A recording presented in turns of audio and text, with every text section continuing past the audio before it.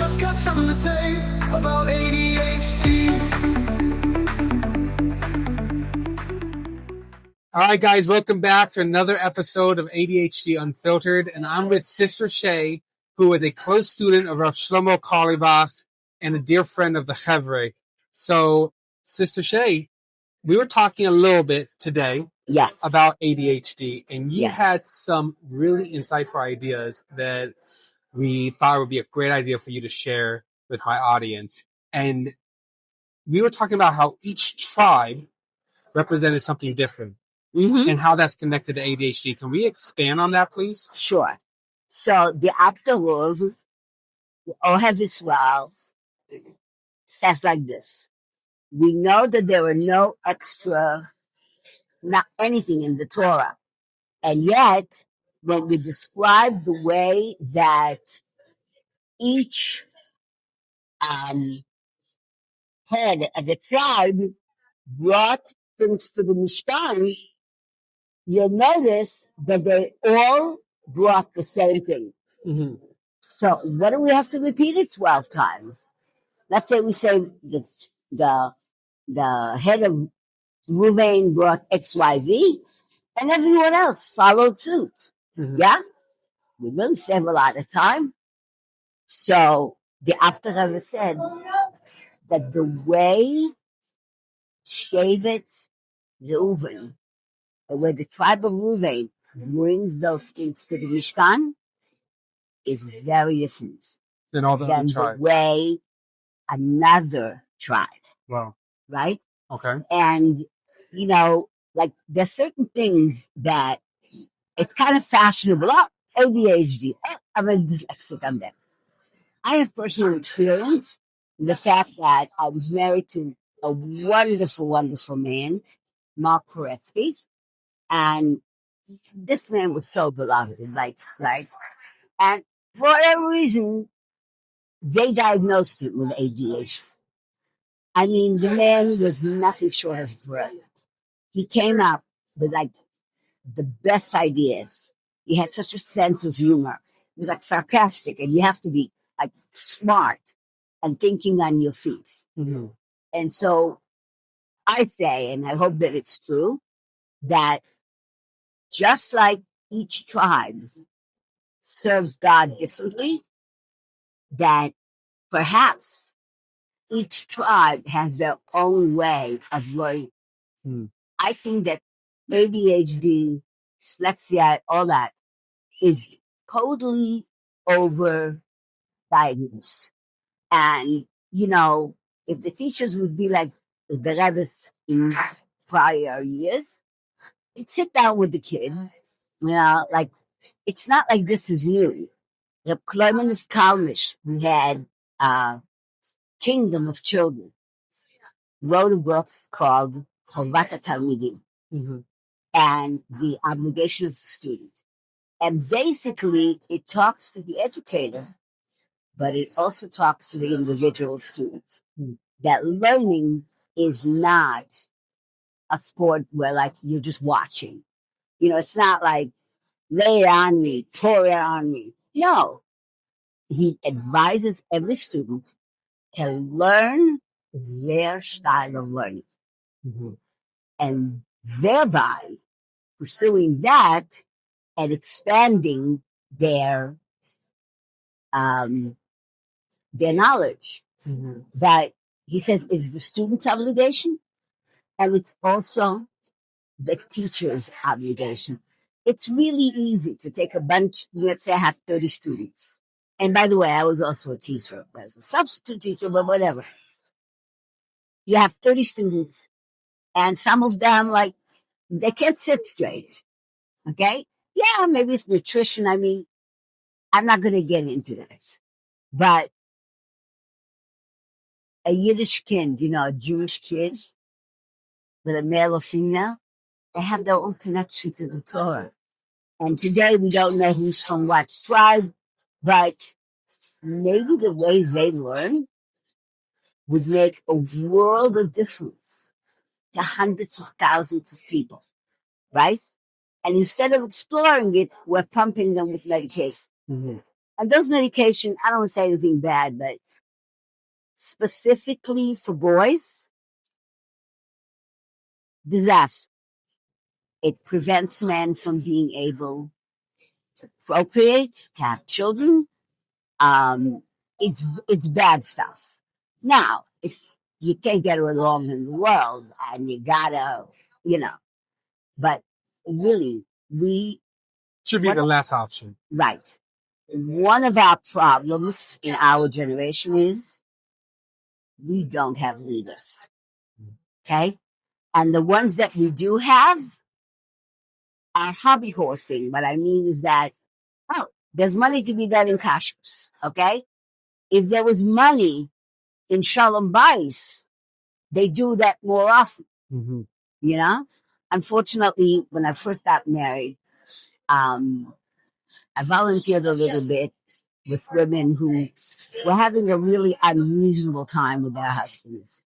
And because the husbands are needed for a million, the husbands were being favored, even though they demonstrated twice and 3 times that their nature is that nobody taught them. Your wife is the holy of holies.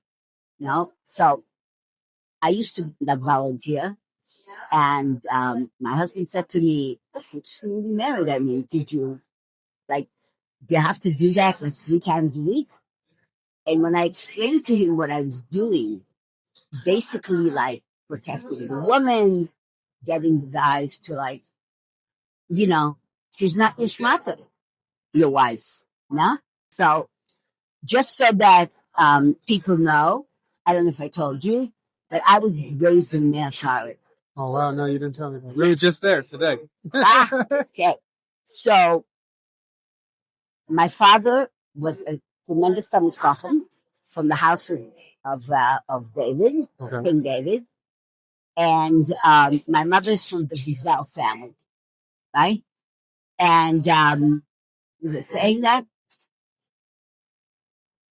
And he taught me certain things and certain things I kind of picked up and so on. What was I saying? I forgot what the conversation was. You're that it is, right? And basically, like my father, his father before him, and the father before him, they were all educators, right? And sometimes I meet students that were my father's students. אני לא חושבת, אבל יש שירותים ציבוריים שם, כן? So,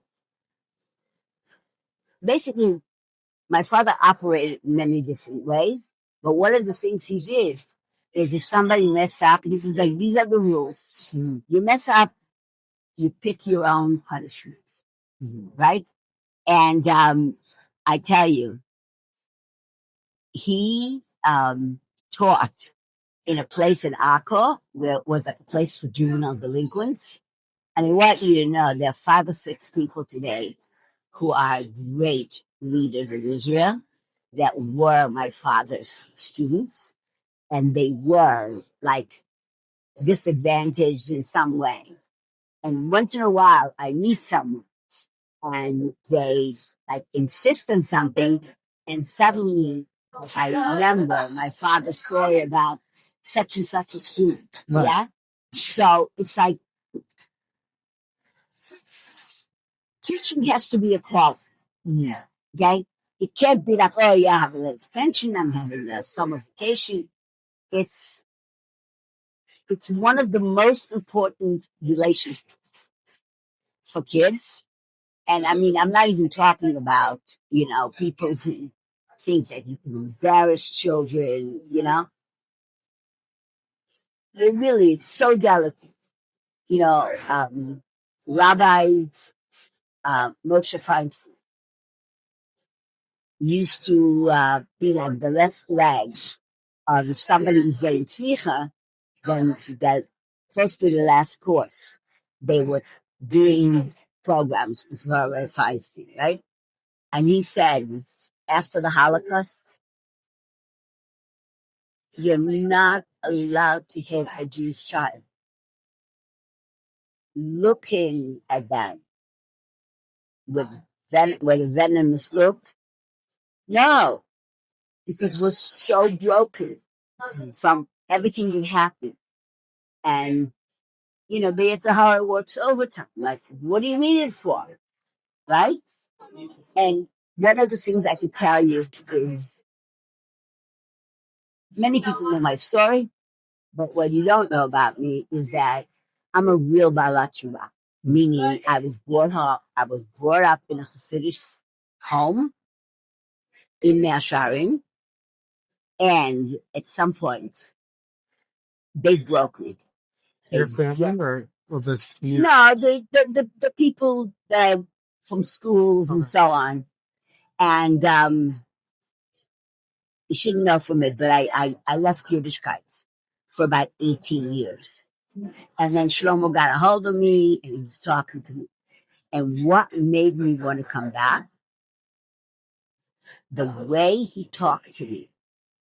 I said to him, I was very open with him. I said, I was a good student. I was volunteering. I did a lot of things that, they really like me. I really came from a very poor family and I didn't have myself. But I thought, okay, you got to do a little testing and so on. And I was telling him that people were just mean to me and they shamed me. He turned red as a beet and he said to me, what a chutzpah. What a chutzpah. How dare they, take away your basic human dignity. Do you know that was the first time in my life that someone stood for me? Wow. It's not that my father loved me and was so proud of me and constantly told me so. But whenever I was a chutzpah to him, he'd say to me, Hi, Malia.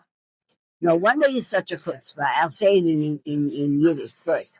Bist du Hamon, dich Meidl, which means go aboard on Monday. And kind of like go aboard on Monday, have the gift of God, but they also many, many years later, I asked him, I said, Tati, why didn't you just tell me that not to be chutzpah? Modify it a little bit. He says to me, Malia, God gave you chutzpah. Most probably you're going to be needing it for the rest of your life. Who am I to take it away from you? Mm-hmm. Right? And what made me want to connect to Shlomo? He mama stood for me. He mama stood for me. What a chutzpah. How could he do this to you? And it was the first time in my life. Could you imagine if somebody was like just taking a second look and said, Shlomo would say to people, God owes you. It's so unfair that you're being treated that way. Right? Okay, for those couple of seconds, you feel like Someone sees you. What? Like someone sees you, like someone gets it. Yeah, it's like, research shows that children who are not held, who don't have that tactile experience with people who brought them into the world, children can die from that, from lack of being touched, right? From lack of being recognized. So delicate, like some people, they raise children. I call it like raising them on empty. So it says in the Shir Hashirim, Ahava B'Tanugim. When you are loving, open, you're actually giving Hashem pleasure that you are enjoying the world. Let's just stop with all this other stuff. And you're just like, if we don't have a page, we're creating one. Right. That's it. That's it. All right. All right.